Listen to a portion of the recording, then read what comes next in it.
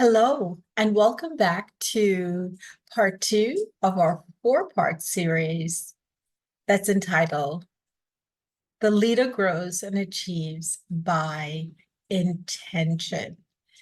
In part two, we'll be focusing on the concept of continuous learning and reflection. So how does that play a part in this journey of intentional growth for leaders? So you could be doing something else, but you've chosen to stop and watch this video, and we are so grateful that you decided to spend this time with us. So remember, if you like the content that we share, please like it and remember to share it with a friend or a colleague. So just a quick recap, the four-part series. Last week, we covered the importance of prioritization and focus. Today, as I said, we're focusing on the idea of continuous learning and reflection and the role it plays in us becoming more effective leaders. And then next week's session will focus on the importance of cultivating gratitude and a growth mindset. And we're going to end the series with one of the biggest obstacles or limiting factors that many leaders talk about, and that's the fear factor. So just a quick recap, and if you have not listened to part one, I encourage you to do so. It's sitting on our YouTube channel. But just to continue the conversation, quick recap. So we talked about that you need to know your why. So if we are wanting to be great leaders, we must know what's our anchoring, what's driving us. We also talked about the fact of at regular intervals, we need to assess the current state, because out of that assessment, we'll identify what our gaps are, what the opportunities are. So then we can walk through the process of prioritizing so that we know what are the main. And what I recommend to my coaching clients is that know what your top three goals or targets are. Where do you want to get to? And make them visible on a quarterly, leading into monthly, weekly, leading into weekly, so that it's driving our daily behaviors. And one of the quotes that I love is Stephen Covey, that he says, is the key is not to prioritize what's on your schedule, but to schedule your priorities. And so if we don't know what they are, we won't be able to schedule them. And then also, we don't have them written down. Most likely, they're not going to get into the calendar that drives our daily action. So what, as a leadership coach, here are some of the challenges that my clients share with me. So, they talk about nowadays, the world is changing so rapidly. So they're constantly asking themselves, how do I stay relevant and adaptable? How do I remain or ensure that I'm equipped with the skills to achieve either my personal goals or within an organizational context, the professional and organizational goals? How do I ensure that I am prepared to reach my maximum or your maximum potential? So consider for a moment, do those questions, are they on your mind as well? One of the key things when we're thinking about how do we intentionally grow, we want to realize that there are two kinds of growth. One is transactional, right? So growth can be viewed through two distinct lenses: transactional, transformational. Transactional growth emphasizes skill acquisition and role adaptation, while Transformational growth encompasses deep changes in our core values, in our beliefs. So we are changing. In part one, I talked about one of the questions that I ask my leaders, my coaching clients: who do you need to become in order to achieve your goal? So those transformational shifts end up being lasting, and they shape who we are as leaders, how we show up, whether it's in our homes, in our communities, in our workplaces. So let's talk a little bit about transactional growth. This is what we do to build a strong foundation. And it starts with us identifying key skills that are crucial for being an effective leader. And by setting achievable goals for skill enhancement, you pave the way for continuous improvement and development in your leadership journey. So all of us should be saying, what skills do I need? And if I don't have those skills, am I writing down those opportunities and then later actioning so that I can improve that skill level? So I'm leaving you with this question: how does improving specific skills contribute to your leadership? So think about the places where you show up. What are the benefits of having those skills?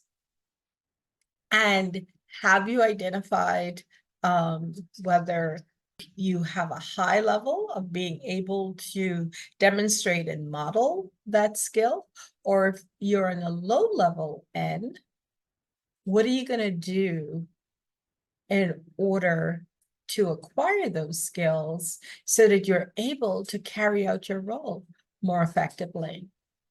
So this concept of transformational growth involves evolving your vision as a leader by cultivating a purpose-driven perspective that reflects your core values and beliefs. So embracing change as a catalyst for growth allows you to envision transformative possibilities and lead with authenticity and purpose. So you often hear people talk about, are you showing up as an authentic leader? Well, we can't show up authentically if we ourselves don't know who we are. What do we want to achieve? What's important to us? What are our values? What are our beliefs? When we're not clear, we show up as everybody, meaning that whatever is happening, especially within the organizational context, we just go with the flow. And often that flow may not lead us into the direction that we want, or it may impede us from having the impact that you want. So these are the questions I want you to reflect on. How do you envision your transformation as a leader? Where do you want to go? And who do you need to become to achieve those goals? I should say, and who do you need to become to be that envisioned leader?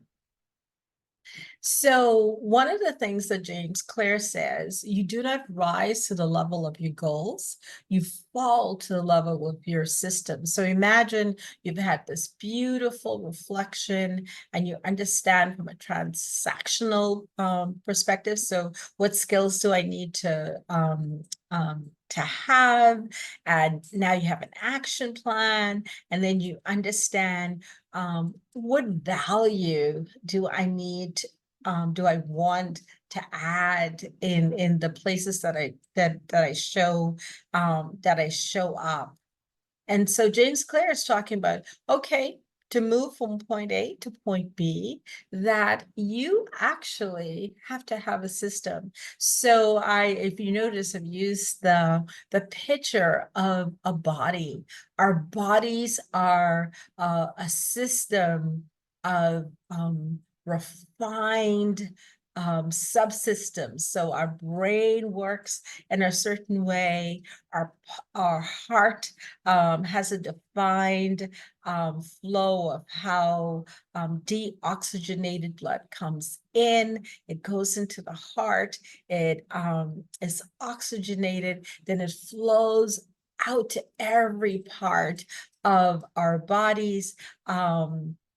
To ensure, that our lungs are full, our kidneys are full, our brain is getting oxygen, and then it has a system of flowing back to be reoxygenated. And that system works perfectly over and over and over again during the day. And many of us are never concerned about, oh my God, is my heart going to remember to pump out oxygenated blood so that all my vital organs are getting what it needs to grow? No, we just go about our business because we know that system works perfectly. And then if it's not working perfectly, what do?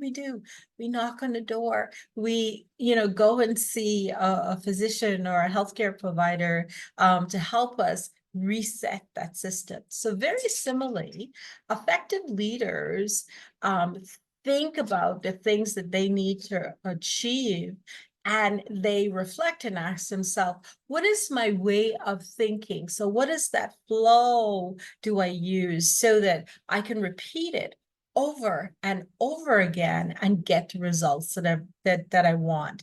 And on the screen, you'll see displayed 3 examples. So there are effective ways of designing and then deploying or executing strategy. So effective leaders learn those systems. So it's not that haphazard thing that we sometimes see in some organization. For organizations that are interested, or even from a personal perspective, when you're interested in innovation and how you can bring bright new ideas into the spaces where you show up, there's a lovely system or that we talk about is design thinking. And then there are 5 steps for design thinking, right? To help you either do it individually, but if you're thinking about improving your life, but more often in the communities and the workplaces where we show up, is how do you bring to get from, there's a thought, and how do you work in a very systematic way so that you can test that, and then that can become a part of our reality. So just like that system for the heart, how the heart is supplying our body with oxygenated blood, very similarly, a system where we can bring innovation and new and exciting things into the world. Problem solving. I often ask my coaching clients, when something goes wrong, what is that rhythm that happens in your head? And we know that there are some processes that we can use for effective problem solving, right? So 1, do I know what the gap is? Do I understand why that gap exists? Ooh, I have some great ideas, but how do I test that to validate that it's indeed a great idea? And then once I've validated, how do I put that action into practice? And that can be from a little thing or for a big thing in our organization.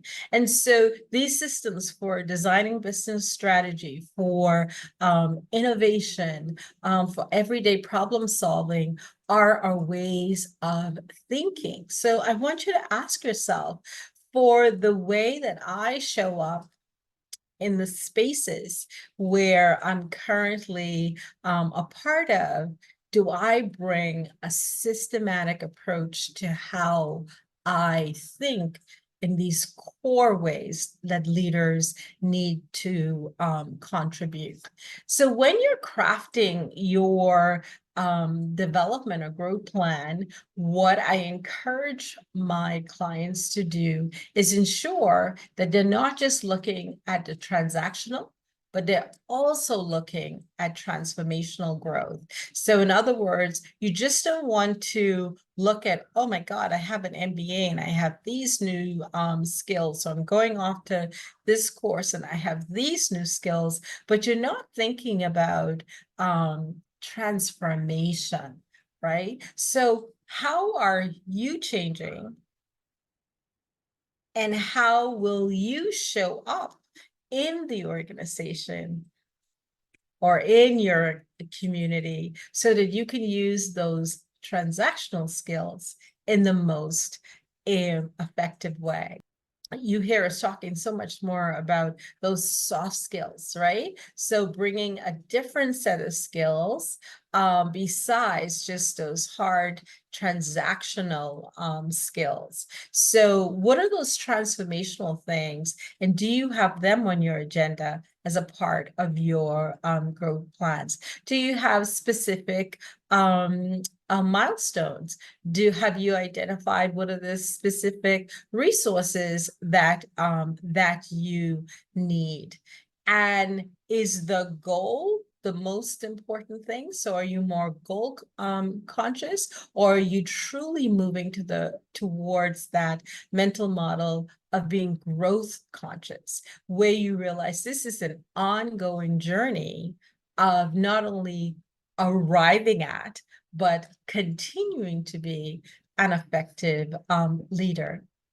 I think I mentioned it in part one about the importance of building a support network, because by having a support network, it means that we have mentors, we have peers, we have colleagues who appreciate and promote us, and also add a perspective of accountability, right? They help us to live up to the promises that we have made to ourselves. So I want you to think, how do you maintain momentum and reflect on your growth journey? So do you have a process of reflection? Because we know that to sustain that momentum of continuous growth, it means that we're not aiming to just do it. It's not one and done. It's creating reflective practices that's going to help us not only to achieve or attain certain skills and ways of thinking, but also to ensure that we understand those. And then the big kahuna is really integrating the learnings in a very effective way into our lives so that we can navigate this leadership or this growth journey with purpose and awareness. So here's an example of a rhythm of reflection that I coach and guide my clients on. The anchoring thought for me, or the reminder that I share with my clients and for myself, because I continue to grow in this area as well, is what you reflect on determines what you learn. So you can imagine if you don't have any sort of defined approach that you use, then you really don't know, your learning can be good, not good, or not at all. So this is a beginning pathway that I introduce to my clients. So first, Sunday night, Monday morning, do you have a weekly plan? Right? So what are your top goals or your top targets? And then do you have clear actions defined? Then every day you are looking at execution. You're scheduling your priorities, and every day you're reflecting, how did that go? Did I achieve? Did I not achieve? And two questions I stress. Even if you did achieve, do you understand why and how? And if you didn't achieve, do you understand why? you didn't achieve. So you are accumulating learnings every day. Then a more formal weekly review. And that, remember we talked about that transformational, that energetic part of you, that purposeful part of adding to your growth journey. Well, I encourage clients to start off that weekly review with a celebration and a gratitude. So, what is at least one win for the week? What is one thing that I'm grateful for? That sets up for the energy, that sets up for that transformational work to occur about how you show up in the places where you operate. Then we do the more transactional pieces, right? We say, what were those three priorities? Is it red or green? So red means we missed a mark, we didn't accomplish it. Green means yes, we accomplished it. And it's back to that daily questions where I said, do we understand why for each one? And I encourage my clients to actually write their reflections down, especially when this is a new practice or a new way of being for them, because you want to capture the learning. And by writing it down, you're able to go back and over time see, ooh, I'm getting better. Like one of the things that I still struggle with when I do my weekly reviews is I have a tendency of over scheduling or not giving the appropriate amount of time for a specific task. But if you look back at my starting point to where I am now, I've grown. And I've grown because of that look in the mirror moment to say, you're not really thinking about what will it take to produce the quality of result that you want.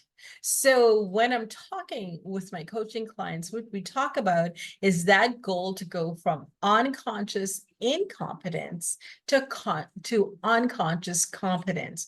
Our goal is where we move from at the beginning where this process may be foreign to move to the point where not only is this process